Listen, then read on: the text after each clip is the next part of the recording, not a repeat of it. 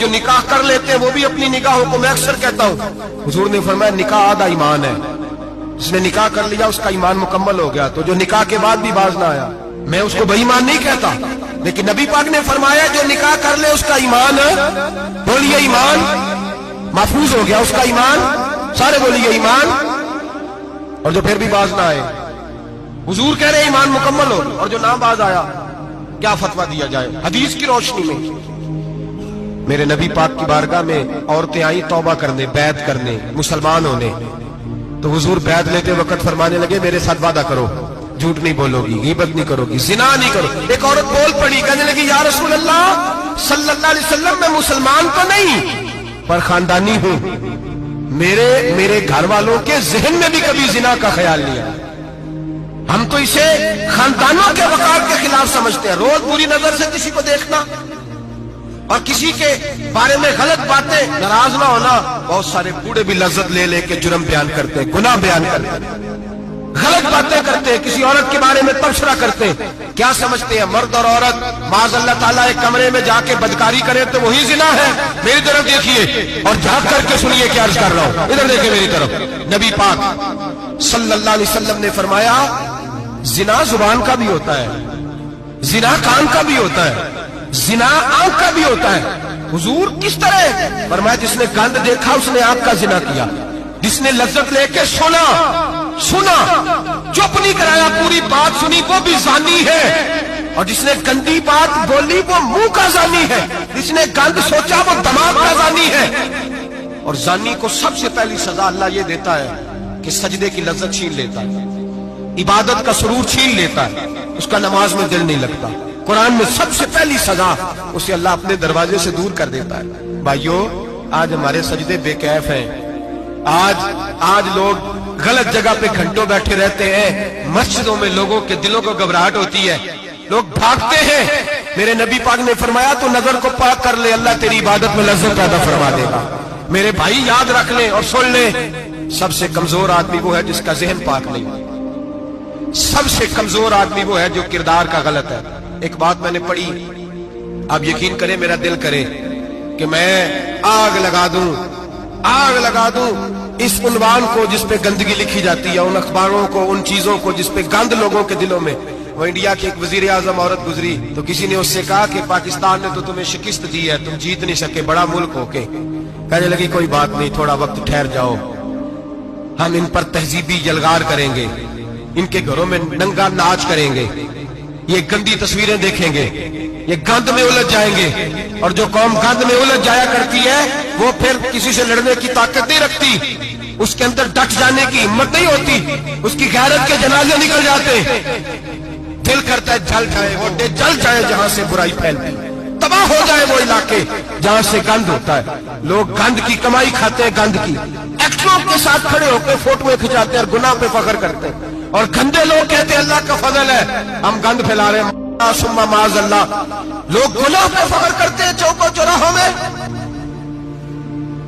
मोहम्मद बिन कासिम आए हिंदुस्तान पे राजा दहर के मुकाबले में, नौजवान मेरी तरफ देखे और सही होके बैठे, खासे सही होके बैठे, तकरीर नहीं कर रहा, जज्बात का, मेरे जज्बात सुने, दिल के फपूले जल रहे हैं हसीने के दाग से। अल्लाह की कसम रूह की गहराई से बात कर रहा हूँ, वो बात कर रहा हूँ जो सीना कह रहा है कि फट जाए और कहना ना पड़े। कुरान और हदीस पढ़ते हैं और फिर अपना हाल देखते हैं तो लगता यह है कि अजाब करीब आ गया है, लगता है जमीन फटने वाली है, आसमान गिरने वाला, लगता है करीब आ गया सारा कुछ। समझे क्या अर्ज कर, ये बात अगर आप समझ गए तो कीमत वसूल हो गई, इसको समझ गए तो समझ ले आपके मिजाज के अंदर अल्लाह ने तब्दीली पैदा कर दी। मोहम्मद बिन कासिम 18 साल का जवान, एक औरत की इज्जत पर राजा दहर हिंदू ने हमला किया, मोहम्मद बिन कासिम बचाने आए। जब हिंदुस्तान आए फौज थोड़ी थी, इलाका थोड़ा था, राजा दहर की फौज बहुत ज्यादा, और फिर अपना अरब छोड़ के यहाँ आके हिंदुस्तान में उसके इलाके में उस पर हमला करना, हालात खराब थे। मोहम्मद बिन कासिम परेशान है। एक बुजुर्ग ने देखा, कहने लगे परेशान क्यों हो? कहने लगा सोचता हूँ इलाका भी उसका, फौज भी उसकी, मेरे फौजियों को तो रस्तों का भी नहीं पता, कैसे जंग करेंगे, किधर से आएंगे, और फिर हमें जुबान भी नहीं आती, कैसे काम होगा, डर रहा हूँ। 2-4 दिन गुजरे तो मोहम्मद बिन कासिम अशाश बशाश हो गए। वो बुजुर्ग कहने लगे खैर है? बड़े मुतमईन हो गए हो, कहने लगे बस राजा दार हमसे मुकाबला नहीं कर सकता, राजा दार हमारे मुकाबले में खड़ा नहीं हो सकता। वो गिरा के गिरा, वो लड़खड़ाया के लड़खड़ाया, रेजा रेजा हो जाएगा। आपको कैसे खुशखबरी मिल गई? कहने लगे मुझे पता चला है कि राजा दाहर जहन का गंदा है, वो तो चचा की बेटी को नहीं छोड़ता, मामू की बेटी को नहीं छोड़ता, खाला की बेटी को गंदी नजर से देखता है। जिसका जहन गंदा होता है वो किसी का मुकाबला नहीं कर सकता। हमें फतह होगी, फतह, वो गिरेगा। वो बुजुर्ग कहते हैं मैं समझ गया कि वाकई से फतह होगी। आज कश्मीर क्यों आजाद नहीं हो रहा, फलस्तीन में आग क्यों लगी हुई है? मुसलमान जब तक जहन का गंदा है कमजोर है, जब तक जहन का नापाक है कमजोर है। हजरत साद बिन अबी वकास रदी अल्लाह ताला अन्हु फरमाया करते थे, अल्लाह मुसलमान की मदद उतनी देर तक करता रहता है जितनी देर तक मुसलमान का जहन साफ रहता है, किरदार पाक रहता है। आज इसलिए मुआशरे में लगी है। नौजवानों, तुम कहते हो कामयाबियां नहीं मिलती, उसे कैसे कामयाबी मिल सकती है जिसका जहन ही साफ नहीं? वो कैसे दुनिया की बाजी जीत सकता है जिसकी निगाह ही पाक नहीं? वो कैसे आगे बढ़ सकता है जिसके किरदार में पाकीज़गी नहीं? अपने आप को पाक कर लो, अल्लाह हर मुश्किल में तुम्हारी मदद फरमाएगा, हर रास्ते में तुम्हारी मदद फरमाएगा। और मैंने कहा जब आदमी नापाक होता है तो रब करीम उससे इबादत की लज्जत छीन लेता है। और अल्लाह की सबसे बड़ी सजा यह है कि किसी को सजदा ना लंबा करना दे। रब करीम सबसे ज्यादा उससे नाराज है जिसको कुरान पाक के खोलने की तौफीक ना हो। सबसे ज्यादा रब करीम उस शख्स से नाराज है जो अल्लाह की बारगाह में झुकने की लज्जत छोड़ जाए। मेरे नबी पाक सैयद आलम अलैहिस्सलाम के सहाबा लंबी इबादतें करते थे, लंबी। किसी ने कहा था रूम के बादशाह थे कि ये मुसलमान फाते क्यों हो जाते हैं? तो उसने कहा मैंने मौला अली के जमाने में जासूसी कराई थी, पता किया था कि हर मैदान में कामयाब क्यों होते हैं। तो कहते मैंने देखा ये दिन के मुजाहिद होते हैं पर रात के आबिद होते हैं, सारी रात इबादतें करते हैं। पर मैं रात को जब अपने रब को राजी कर लेते हैं तो सवेरे खुदाई ताकतें इनके साथ हो जाती है। हम कहते हैं हमारी चालाकी से कामयाबी होगी, हम बड़े तेज हैं, हमारी हिकमत अमली से कामयाबी, सियासत से कामयाबी। जब तक अल्लाह तेरा साथ नहीं देता तू कदम नहीं उठा सकता। जब रब करीम तेरी मदद नहीं फरमाता तू अमीर घड़ों में गिर जाता, तू अपनी चालाकी के अंदर ही मर जाता है घुट के। मेरे भाई, जब तेरे अंदर लज्जत होती है, सलाहुद्दीन अय्यूबी, सब बोलिए रहमतुल्लाह ताला, हजरत सलाहुद्दीन अय्यूबी बहुत बड़ा सूफी, बहुत बड़ा मुजाहिद, बहुत बड़ा दलेर। लेकिन कमाल यह था कि मेरे गौसे आजम के मदरसे से तालीम पाई, इल्म, रूहानियत, तकवा, परहेजगारी शेख अब्दुल कादिर जिलानी के इदारे से सीखा था। सलेबी जंगें हो रही थी, ईसाइयों के साथ लड़ाई हो रही थी। सलाहुद्दीन अय्यूबी बड़े परेशान थे, बड़ी अज़ियत में थे, बड़ी तकलीफ में थे। ऐ अल्लाह क्या बने। अचानक पता चला कि एक बहरी बेड़ा आ रहा है ईसाइयों का और उसके अंदर तलवारें हैं, नेज़े हैं, बड़ा कुछ है।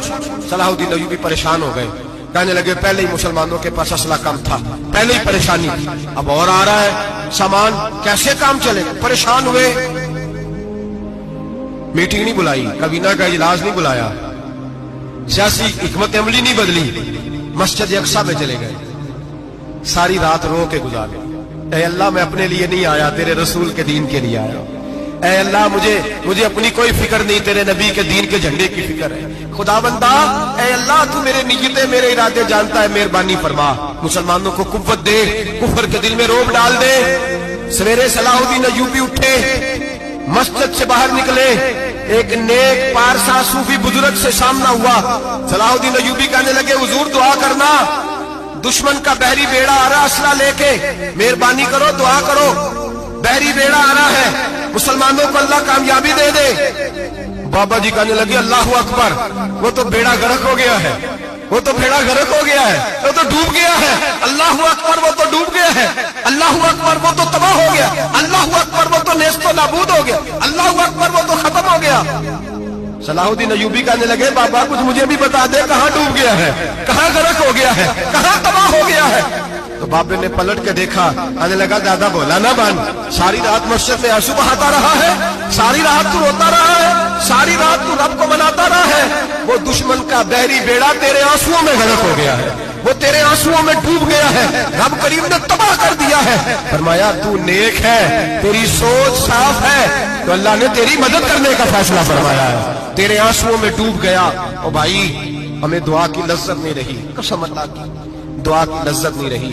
ہم سجدوں میں روتے نہیں. ہمارا وہ کیف کو چھین کے لے گیا ہے مائیں بیٹیوں کے لیے.